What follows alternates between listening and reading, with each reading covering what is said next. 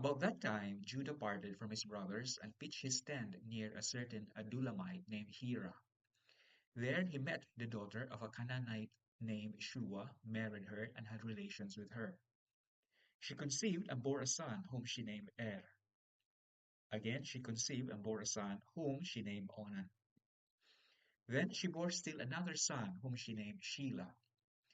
They were in Shizeb when he was born. Judah got a wife named Tamar for his firstborn Er. But Er, Judah's firstborn, greatly offended the Lord, so the Lord took his life. Then Judah said to Onan, unite with your brother's widow in fulfillment of your duty as brother-in-law, and thus preserve your brother's line. Onan, however, knew that the descendants would not be counted as his, so whenever he had relations with his brother's widow, he wasted his seed on the ground to avoid contributing offspring for his brother. What he did greatly offended the Lord, and the Lord took his life too. Thereupon Judah said to his daughter-in-law Tamar, stay as a widow in your father's house until my son Shelah grows up, for he feared that Shelah also might die like his brothers. So Tamar went to live in her father's house. Years passed, and Judah's wife, the daughter of Shua, died. After Judah completed the period of mourning, he went up to Timnah for the shearing of his sheep, in company with his friend Hira the Adullamite. When Tamar was told that her father-in-law was on his way up to Timnah to shear his sheep, she took off her widow's garb, veiled her face by covering herself with a shawl, and sat down at the entrance to Enaim, which is on the way to Timnah. For she was aware that although Shelah was now grown up, she had not been given to him in marriage. When Judah saw her, he mistook her for a harlot, since she had covered her face.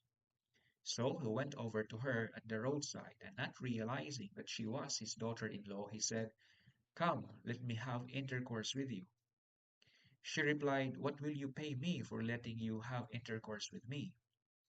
He answered, I will send you a kid from the flock. Very well, she said, provided you leave a pledge until you send it.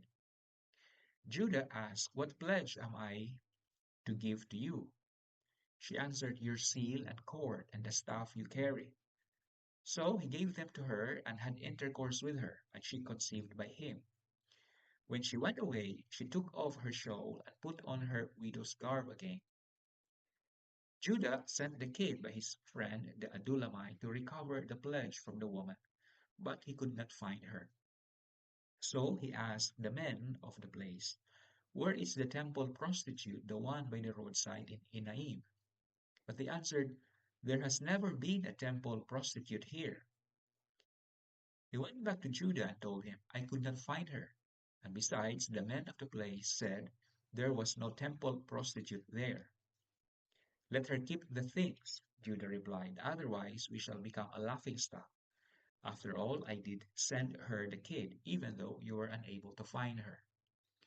About 3 months later, Judah was told that his daughter-in-law Tamar had played the harlot and was then with child from her harlotry. Bring her out, cried Judah. She shall be burned. But as they were bringing her out, she sent word to her father-in-law. It is by the man to whom these things belong that I am with child. Please verify, she added, whose seal and cord and whose staff these are. Judah recognized them and said, she is more in the right than I am, since I did not give her to my son Shelah. But he had no further relations with her. When the time of her delivery came, she was found to have twins in her womb. While she was giving birth, one infant put out his hand, and the midwife, taking a crimson thread, tied it on his hand to know that this one came out first. But as he withdrew his hand, his brother came out, and she said, what a breach you have made for yourself. So he was called Perez. Afterward his brother came out. He was called Zerah.